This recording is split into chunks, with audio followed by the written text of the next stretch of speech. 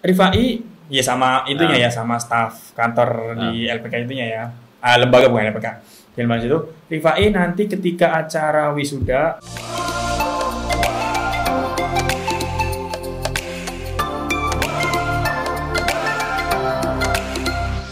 Rifai ya sama itunya ya, sama staf kantor di LPK itunya ya.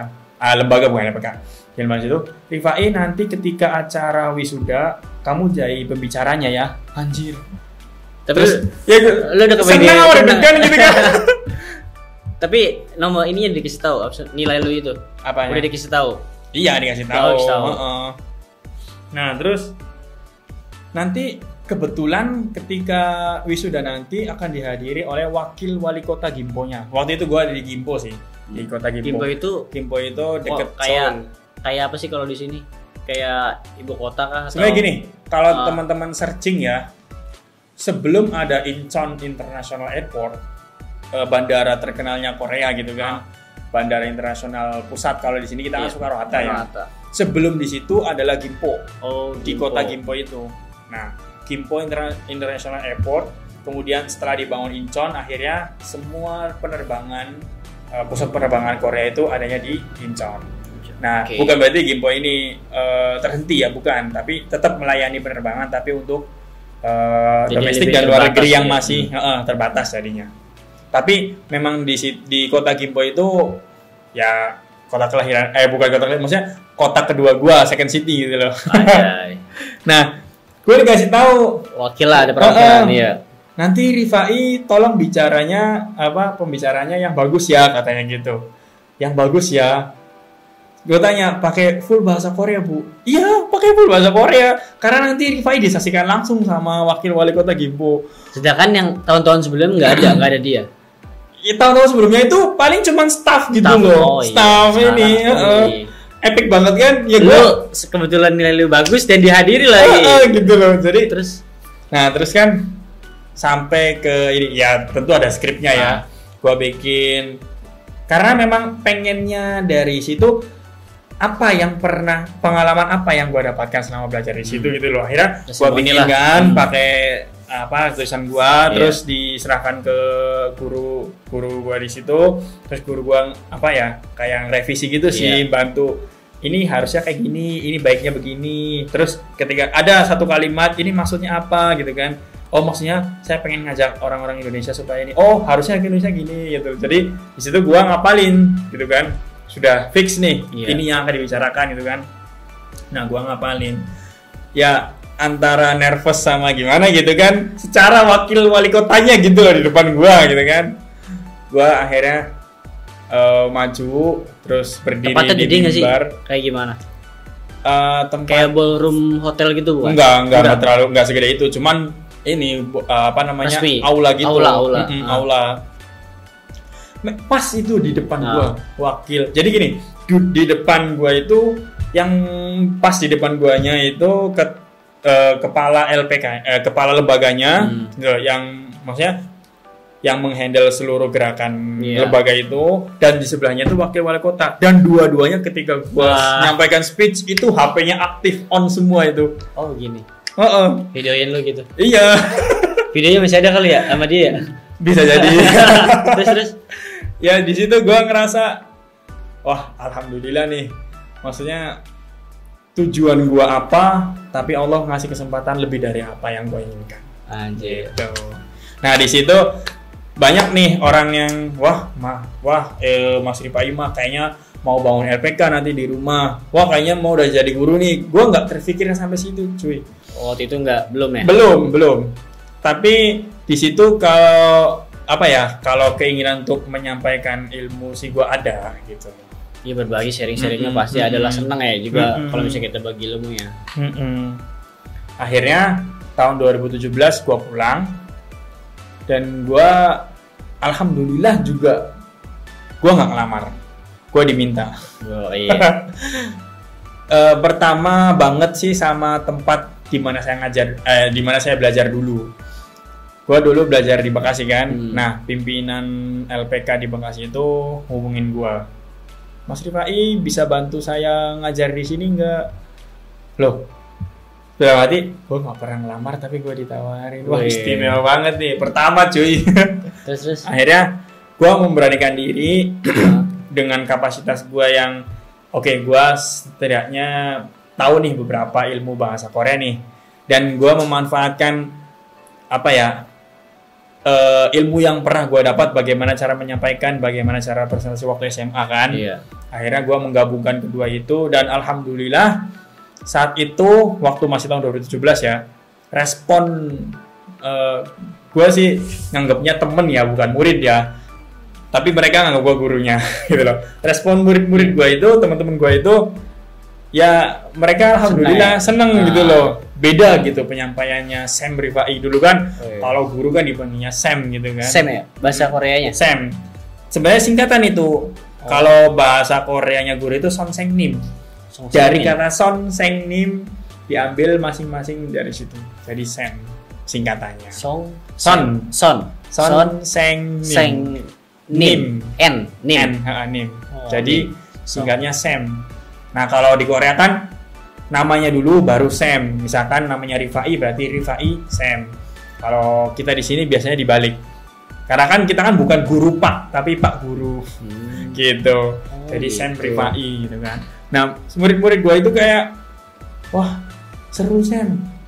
Sam yang ngajar tuh kitanya cepet paham gitu kan. Ya terlepas dari mereka itu fake atau bukan gitu kan. Tapi setidaknya gue udah belajar gue dapat kesempatan untuk belajar bagaimana cara menyampaikan bahasa Korea, bagaimana mengajar, kemudian dapat kesempatan juga, oh ternyata begini ya menyampaikan ilmu itu. Dan gue jujur waktu gue belajar itu gue bukan cuman menggali apa itu bahasa Koreanya, tapi gue benar-benar memperhatikan guru orang Koreanya ya. Oh begitu ya cara beliau menyampaikan. Jadi gue belajar ininya juga sih gitu. Oke. Cukup panjang ya. Panjang banget ya. Tapi sebelum mengakhiri ini gue juga penasaran di Korea yang pasti kan lo di Korea nggak kerja doang kan. Banyak budaya-budaya atau ya dari masyarakat yang apalah gitu yang seru-seru gitu di Korea yang menurut lo apa pasti? Dari apa wisatanya gitu tempat itunya? Kalau di apa yang menurut lo beberapa hal yang mungkin bisa lo ceritain gitu ke teman-teman? Kalau misalkan diminta untuk hal yang unik, semuanya unik ya menurut gua. Kalaupun dibahas kayaknya nggak bakal kelar. Ya mungkin dia beberapa hal lah. Oke, gua mungkin ambil contoh yang paling epic ya. Kalau kita di sini kan naik bus nih, gitu kan. Pengalaman gua pertama sih, untung aja ada senior gua gitu kan. Kalau naik bus di sini kan, ya ada kondektur, terus naik doang gitu kan, terus duduk, ya cari tempat kosong atau berdiri juga bisa gitu kan. Nah, atau ketika nyetop bisnya lah. Gitu. Kalau kita kan gini gitu kan. Nah, kalau di Korea itu udah ada halte. Halte itu udah ada informasinya bus nomor berapa aja yang lewat dan lewatnya itu berapa menit lagi. Jadi situ ada layar kayak TV sama kayak kereta gitu ya nggak sih? Kereta ya mirip kalau kita kan masih stasiun di sininya ya. Nah itu bus udah kayak gitu sih terus. Nah itu kita nggak perlu nggak perlu kayak gini gitu loh, nggak perlu. Bis itu pasti berdiri sendiri asalkan kita berdiri di situ di depan haltenya. Nah terus kan naik nih, kalau kita naiknya kan dari pintu sebelah kiri kan. Nah karena Korea itu lajur kanan. Nah kita kita masuknya dari kanan, setirnya drivernya itu di kiri, sebelah kiri.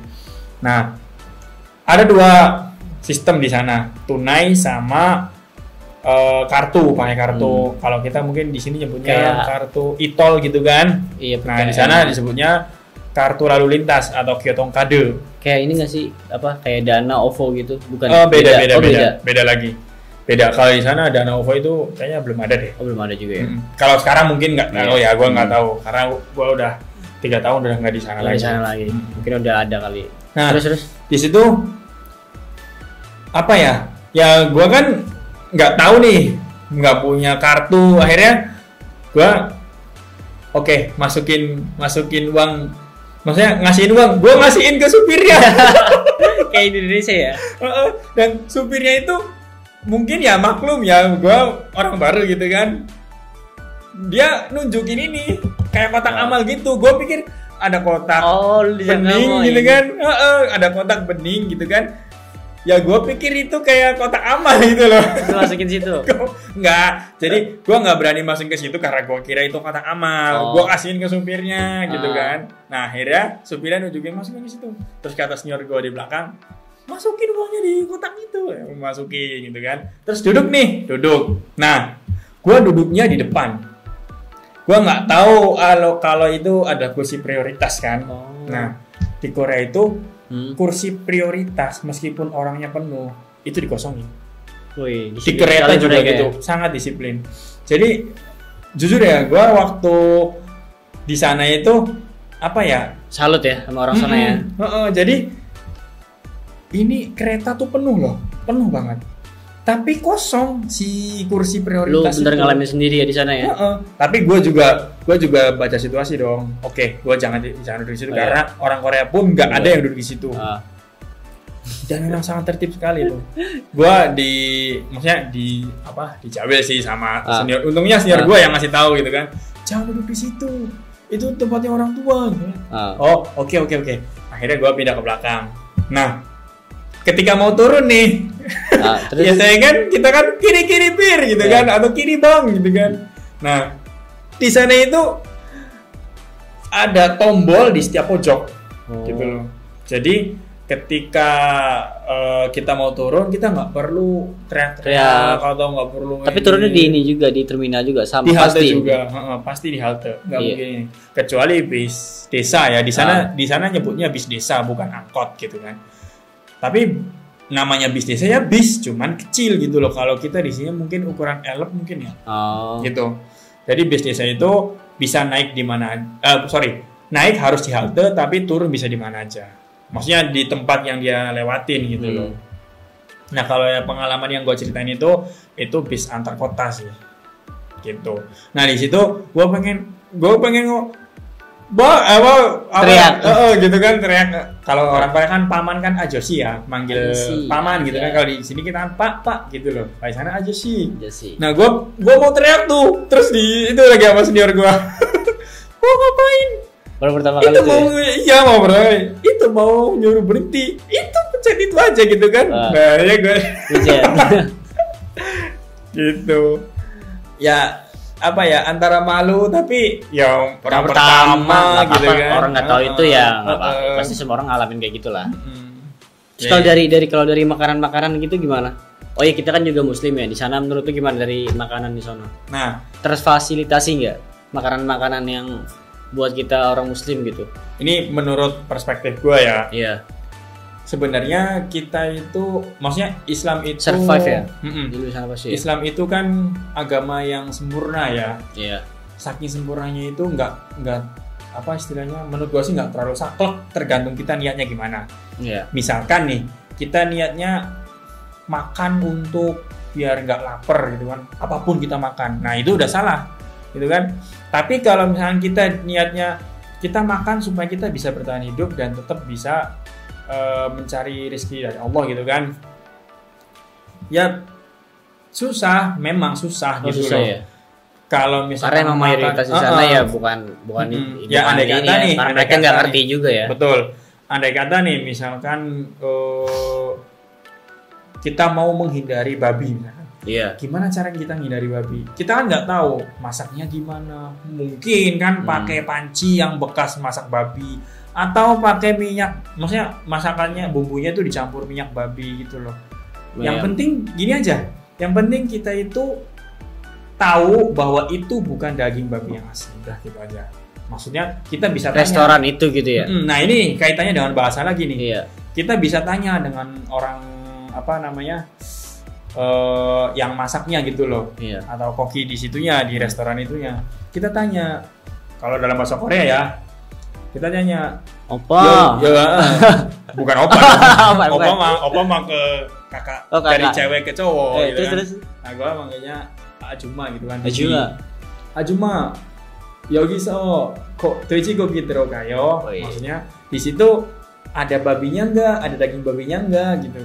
Nah, kalau dia bilang opso, ani opso. Kalau dia bilang opso artinya nggak ada, ya udah kita makan aja. Tapi kalau misalkan kere iso gitu loh. Nah, berarti itu ada. Ini kayak Naruto ya, kayak Jepang gitu ya. Iya nggak sih? Mirip sih. Mirip ya? Kan satu rumpun. Satu rumpun ya mereka. Iya. Nah, terus ketika kita udah tahu itu nggak ada. Itu nggak ada, maksudnya kita nggak usah merepotkan diri kita dengan apa? Iya. Berasumsi wah ini bekasnya ini kayak gini. Ya udah, kalau mau itu ya udah kita masak sendiri aja gitu loh. Itu lebih aman ya sebenarnya, kita beli bahan sendiri ke pasar, nyari bahan-bahannya, ya udah kita beli. Cuman kan di situ kita kan kerja kan ada waktu capeknya, ada waktu ininya gitu kan. Nah, gue juga mau nanya, terus di sana kalau misalkan mau makan bahan-bahan untuk masakan Indonesia itu ada nggak sih? Di sana ada Asiamart. Asiamart. Cuman harganya bersaing sih. Karena lebih mahal. Kalau nih mie instan asli Koreanya kalau dijual di mall atau di minimarket itu paling dulu gua nggak tahu sih sekarang berapa. Dulu itu kisaran 600 bukan 600 sih, kisaran 400 500 sampai 600. Berapa tuh kalau itu? Kalau di kurs kan iya, di kurs ya mahal. Kisaran ya 10 ribuan lah kurang lebih. Satu bungkus. Tapi mie Korea kan gede. Nah, di Asiamart Indomie itu kisaran 600 lebih gitu loh. Kan maksudnya dengan porsi yang lebih sedikit ya. Lain halnya kalau kita ingin melipur rasa rindu gitu kan. Pengen masak kangkung nih gitu loh. Kita beli kangkungnya di Asiamart. Ya kita dapat, tapi harganya lebih mahal gitu. Tapi kalau di pasar-pasar gitu lu pernah nyari nggak? Ada nggak? Nggak ada. Malah nggak ada, bener nggak ada sama sekali. Kecuali sayur yang istilahnya kayak sawi, umum kan, sawi, banyak ya. Terus daun bawang, lagi itu kan apa ya? Ada. Ayam gitu, sapi juga banyak pasti ya di sana. Banyak. Bahkan sekelas PMI ya, dulu gua kan PMI cuy. Sekelas PMI beli daging sapi tuh nggak kayak kita yang kalau cuma lebaran doang beli daging gitu kan. Di sana apa ya? Ya bisa kita tiap hari makan daging juga kalau mau gitu kan. Iya. Cuman ya boros gitu. Oh iya nih, kayaknya ada yang belum lengkap nih. Kira-kira tempat wisata nih yang menurut lu yang rekomendasi lah. Misalkan orang ke Korea tuh harus ke sana gitu. Wah. Banyak sih sebenarnya. Banyak pasti.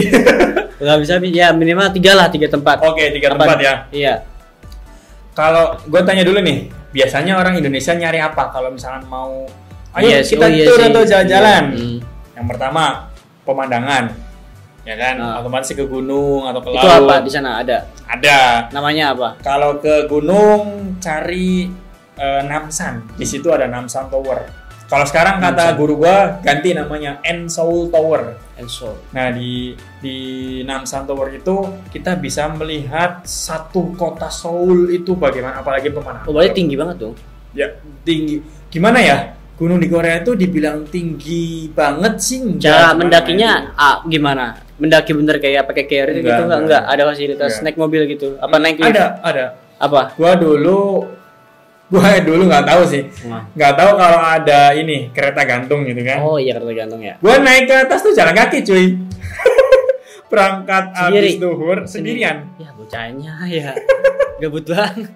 Ya gimana? Gua lu nggak tahu ya, emang nggak tahu ya. Terus gua berangkat dari rumah ya, dari Gimpo itu habis duhur lah. Di sana cuaca nggak terlalu panas sih karena waktu itu musim gugur. Gue berangkat habis duhur, kemudian nyampe Seoul itu kira-kira sejam lah, sejam naik mobil sama naik kereta gitu kan. Kalau di sini bilangnya KRL, kalau di sana keretanya bawah tanah, bukan MRT sih, beda lagi. Naik, maksudnya di sana disebutnya Jiachol ya, naik Jiachol terus sejam. Bayar nggak? Ya bayar. Tapi pakai kartu lalu lintas, jadi satu kartu bisa naik ini kecuali pesawat. Beda tuh. Atau bus jarak jauh itu harus pakai tiket. Nah, di situ 1 jam nyampe Seoul, kemudian jalan kaki, tapi enggak sih, waktu itu gua istirahat dulu sih bentar. Gua istirahat ke minimarket, beli ini nih, tahu apa? Kalau di sana sebutnya kimbap. apa ya di sini ya? Bapau. Sushi mungkin. Sushi, Sushi gitu loh. Nasi dibungkus sama daun rumput laut gitu laut, kan. ya. Nah di situ kayak gitu gue makan. Berarti lu jalan tuh tempatnya bukan ini ya, kayak hutan gitu. Iya. Kiri kan? Enggak. Hutan. Oh, hutan. Tapi itu cuman bisa ada yang jualan gitu. Di bawah, masih di bawah. Oh, masih di bawah ini. Maksudnya gue istirahat dulu gitu loh. Akhirnya kalau nggak salah itu asar jam 3-an lah. Baru. Jam 3-an gue start tuh jalan kaki. Gunungnya itu apa sebenarnya kelihatan puncaknya, cuman nggak nyampe harus kayak gini, harus muter gitu muter. loh. Akhirnya nyampe atas. Nah, nyampe Berapa lama? Sampai Dari maghrib. sampai maghrib. Gue antara capek sih. Gini. Gue capek. Gue pengen balik lagi nih. Tapi gue ngeliat orang asing lagi. Terus orang asing itu jualan gitu kan. Gue ngikutin di belakangnya gitu kan.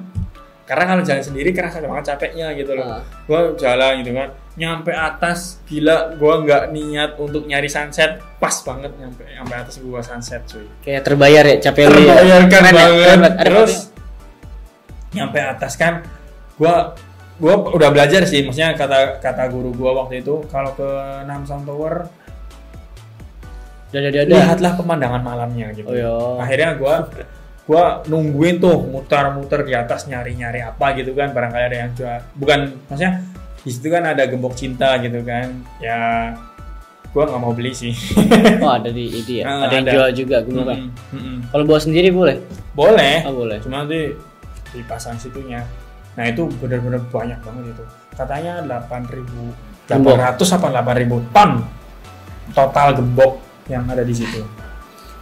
Nah gue benar-benar nunggu sampai Isya itu loh. Dan benar kata guru gue. Kata di gambar-gambar gue juga memang yang keren juga, pemandangan malam Seoul itu wah nyala benar-benar bintang banget gitulah. Nah akhirnya setelah gue mau turun, gue nemu tuh kayak loket gitu kan. Terus di depan loketnya itu ada kereta gantung. Dan dia masih buka malam itu? Masih buka. Ya memang dari pagi sampai malam sih.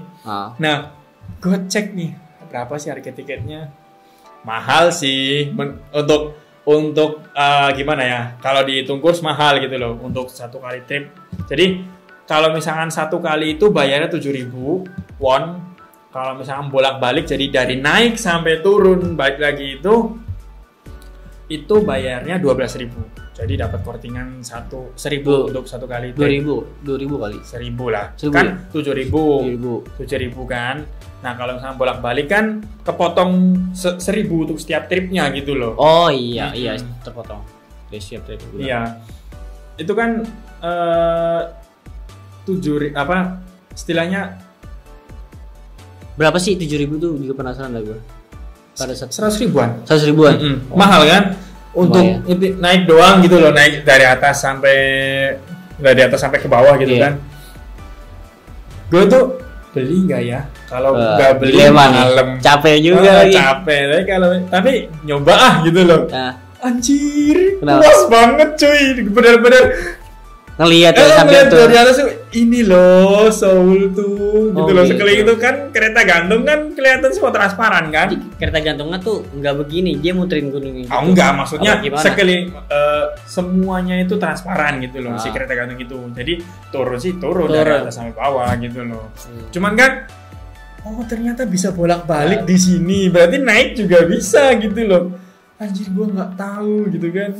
Tahu gimana tadi naik aja bayar gitu kan gitu. Nah selain itu apa lagi yang bagus? Oke, pemandangan ya, kemudian tempat bersejarah mungkin ya kalau kita kan ke Jogja, ke Keraton Jogja gitu kan. Di sana lah candi apa Prambanan. Terus di sana apa? Kalau itu situs kebudayaan. Kalau ini ada maksudnya apa istilahnya untuk apa ya, tempat bersejarah gitu loh. Iya. Namanya itu apa? Namanya Gyeongbokgung. Jadi itu Istana Gyeongbok. Istana Gyeongbok di situ pernah dijadikan tempat syuting juga katanya salah satu film drama Korea gitu kan. Nah di situ bener-bener kayak istana luas banget, megah. Backgroundnya itu gunung langsung.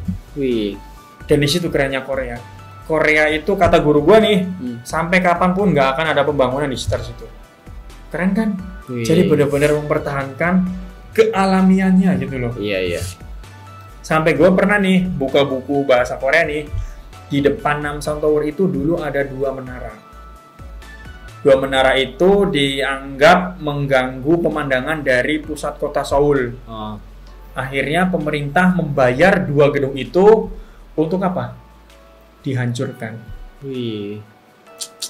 Gila, bener-bener kan? Demi Bang. Gua Sih. sangat berharap kedepannya Indonesia akan kayak gitu sih. Karena sayang banget gitu loh.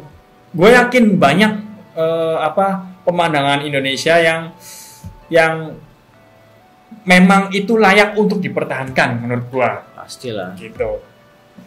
Itu untuk pemandangan. Nah, biasanya nih orang ke Korea kan, wah pengen ke tempat syuting drama gitu Iya. loh. Nah, Salah-salahnya jangan lupa nih ke Nami Island. Tempat apa itu? Nami Island itu tempat hasil reklamasi. Hmm. Jadi pulau tapi memang sengaja dibuat gitu loh. Buatan lah ya. Di situ ditanami pohon-pohonnya tuh berjajar rapih banget karena memang buatan sih gitu Iya. loh. Dan itu Nami Island itu kita kesana musim apapun gitu loh. Iya. Itu ikonik banget. Terutama yang paling ikonik sih musim gugur. Musim gugur itu kan banyak daun-daun yang menguning gitu kan, terutama daun maple gitu kan. Wah, benar-benar di sana itu sampah daun itu kayak wah gitu loh. Jadi seru banget gitu. Jadi destinasi foto-foto kayak gitulah. Gitu. Kalau musim dingin itu putih semua. Putih semua karena salju kan. Kalau musim apa lagi? Itu musim semi. tempatnya kayak apa sih? Pink semua. Maksudnya di tempat kayak tempat apa? Hutan Bayar nggak? Bayar. Oh, bayar maksudnya. Nah, serunya itu jadi dari seberang pulaunya itu kita beli tiket untuk kapal feri dan masuknya juga sih gitu loh. Nah, di situ kita bayar, terus kita dikasih fasilitas naik kapal, diseberangkan sampai Pulau Nami itu, dan kita keliling tuh. Ada fasilitas pinjaman sepeda juga, tapi kita kalau jalan pun nggak apa-apa. Cuman untuk menyusuri seluruh isi pulau itu kecil kok, pulaunya nggak terlalu luas gitu loh.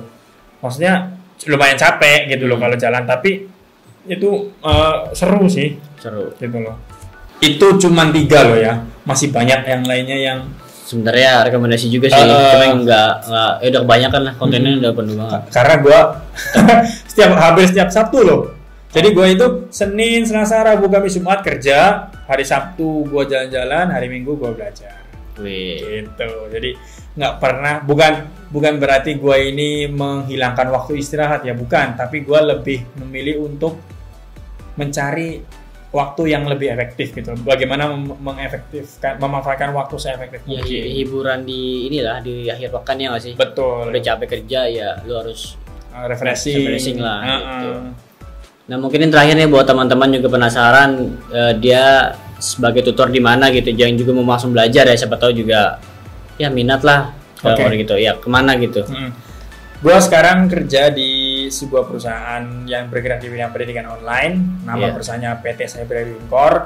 Tapi kalau teman-teman berminat untuk belajar bareng gue di sini, teman-teman bisa nih klik aplikasinya, search di Play Store dengan kata kuncinya itu keywordnya itu belajarkorea.id.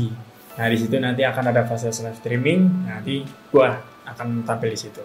Terus mau media sosial lu nggak ditampilin? Coba tuh yang mau japri-japri ya kan, mau nanya-nanya tentang Korea. Masih unik sih. Nama akun Facebook gua itu Sri Sultan Agung Rifai. Wis. Nah, kalau nama akun Instagramnya @rifai.joohyun. Juhyon. Oke. Gitu. Oke, terima kasih teman-teman yang udah nontonin sampai habis. Cukup lama ya pembahasan kita. Mungkin teman-teman juga bisa mendapat informasi ya tentang Korea lah, keren juga sih kalau untuk pengalamannya. Mungkin itu aja yang bisa kita sampaikan di video ini. Kurang lebih mohon maaf. Assalamualaikum warahmatullahi wabarakatuh. Waalaikumsalam warahmatullahi wabarakatuh. Keren banget. Bukan, maksudnya laut dikali terus di itu. Oh, apa ya? reinkarnasi. Reinkarnasi. Iya, gue tahu. Gue sampai lupa namanya. Iya, gue juga lupa. Ya, pokoknya gitulah. Harus tahu dulu ini masalahnya apa ya? Reboisasi. laut dikubur gitu kan. Iya. Pembangunan di atas laut gitulah. Ada rerenya kan ya. Iya. Reklamasi Reklamasi kan.